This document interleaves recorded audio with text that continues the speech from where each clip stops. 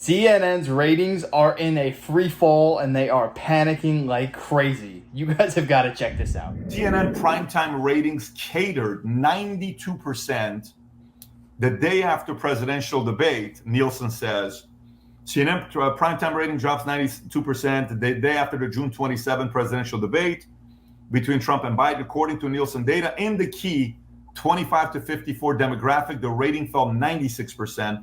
Moderated by Dana Bash and Tapper, the debate drew nearly 50 million viewers, with CNN generating 8.7 million. However, viewers quickly turned out the following day, leaving CNN behind Fox News and MSNBC for the week of June 28th to July 7th. CNN's primetime ratings fell 93% to 500,000 total viewers, with a 97% drop in key demo. CEO Mark Thompson announced a plan to cut 100 jobs as part of a turnaround strategy. You're letting go of people at the peak season with Trump and elections. What are you going to do after this thing's over, where nobody tunes into political news? Tom, what are your thoughts on this data here? Very interesting data. I dove into it, and I have two quick case studies that go behind it, which are kind of interesting from history. The first thing that happened was CNN basically got those monster ratings because they paid for them. They were the ones that got the debate. They did it exclusive. They brought their feed, had to be everywhere. It had to say CNN in the corner of all the video feeds that were carried on all the other networks. So they had a shortage. They were the only one. It's like when DirecTV had the NFL Sunday Ticket. That was the only place to get all the NFL games. So naturally, subscribers went to DirecTV for NFL. Well, what happened was afterwards, there was no connection and hold of the audience. Let me describe that. Two case studies through history. You go back. Wolf Blitzer was relatively unknown to the American audience until the Gulf War. After the Gulf War, the Wolf Blitzer report carried audience. They got to know him. They kind of liked him. And he carried audience after the big pop. Then Greta von Susteren, she was a legal analyst, and during the OJ trial, she became well known, not really known before that. After that, she carried a ton of audience. CNN had a shortage, and they had the best thing. They were the only one with oxygen when everybody wanted to breathe on that debate. And guess what happened? Afterwards, there was no hold by CNN, which says that nobody wanted to hear from the talent. Nobody wanted to hear from the network. And guess what? As soon as they didn't have the debate and it's over, boom, the audience craters, which follows in line already what was happening to their audience before.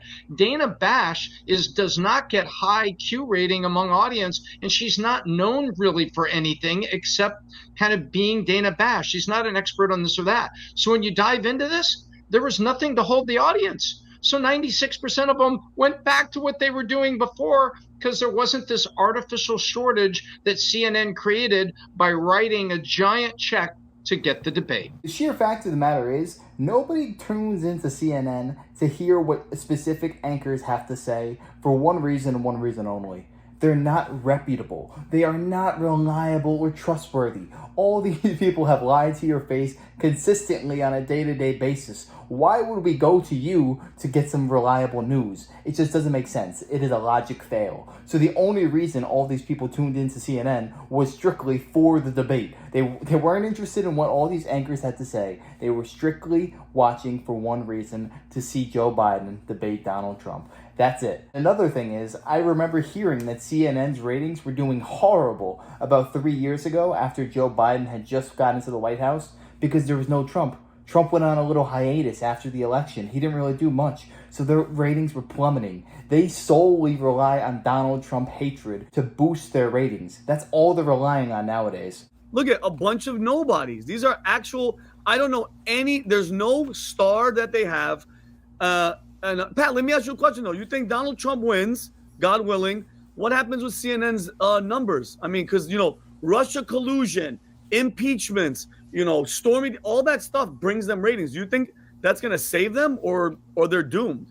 Well, let me show you this, which is kind of weird. We're a small little podcast. We're not a network. We're not anything like that. Rob shows me this number. We're a startup.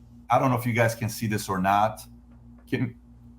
This is the last 2 months of viewership on YouTube, okay? May and June, YouTube combined, CNBC at the bottom, 36 million. Then it's Bloomberg, Sky News, NBC, BBC, CBS, Al Jazeera, ABC News.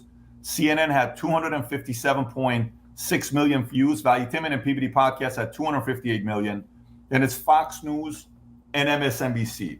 The reason why this is important is because not a lot of people watch TV. They get their news on YouTube clips or Twitter. They go and they watch a video or podcast on YouTube or Spotify or whatever's out there. CNN is not even getting as many views as just Valuetainment and PBD Podcast combined. Really? A CNN community as big as it is, with how many subscribers does CNN have on YouTube, Rob? Can you pull up to see how many subscribers CNN has on YouTube? Where are they at? If we look at CNN's... That's also the thing. If you take hard stances and you stick to your guns, you're not a coward, and you actually say what you mean what you say, people are going to recognize that and come to you. And the sheer fact of the matter is, if you watch a CNN clip, they could tell you one thing one day, the complete opposite the next day. And then eventually you're going to say, why am I even going to tune into that? Because it's just sheer propaganda. Like, people are slowly waking up. Even the anti-Trump haters, they're realizing, okay, maybe I was a bit wrong, or maybe I just don't have interest in it anymore because I'm just so drowned out by hearing it nonstop for 7 years at this point. 16.6 million subs. And this is CNN that's getting numbers like that. There's a famous quote that says, experts build the Titanic, amateurs built the Ark. It looks like experts, CNN, and the world is saying, yeah, we just want to kind of hear what regular day-to-day people want to say. And Rob, I want to go to this next story with CNN, which is they're starting to realize stuff doesn't work. They quietly, this is a New York Post story, CNN quietly disbands race and equality team as part of layoffs. Why would CNN do that, right? CNN disbanded its race and equality team, which was formed in response to George Floyd's death in 2020, as part of a major restructuring that included firing 100 staffers. One journalist was fired, 2 were reassigned. A CNN spokesperson admitted, for all intent and purposes, the team is not a team anymore.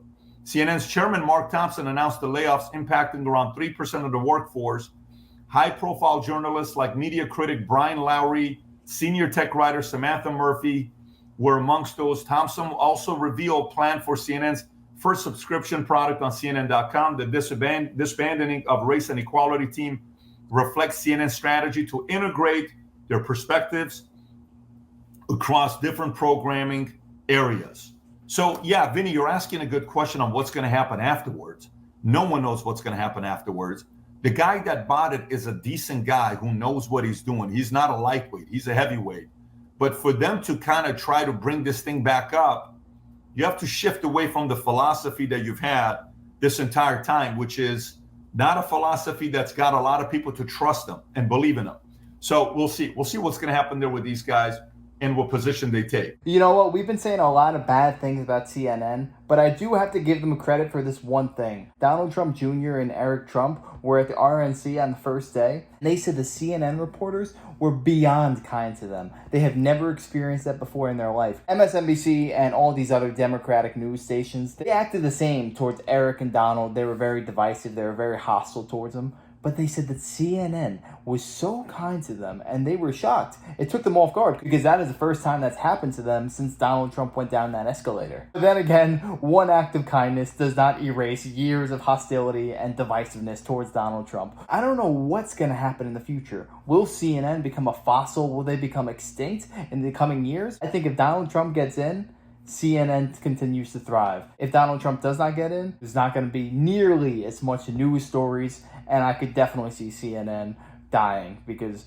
people just have way too many options now when it comes to news. Why would you watch a program, TV station, that are strictly pushing agendas from the elites and the establishment and the people behind the curtains, than watch somebody who has no affiliations with any of that and basically just calls the news as they see it? I don't know what's going to happen. Let me know your predictions down below. I'd love to hear that. And who do you watch for reputable news? Would it be Tucker Carlson? Would it be PBD here? Would it be Fox News? Where do you go for reliable news? I want to check that out.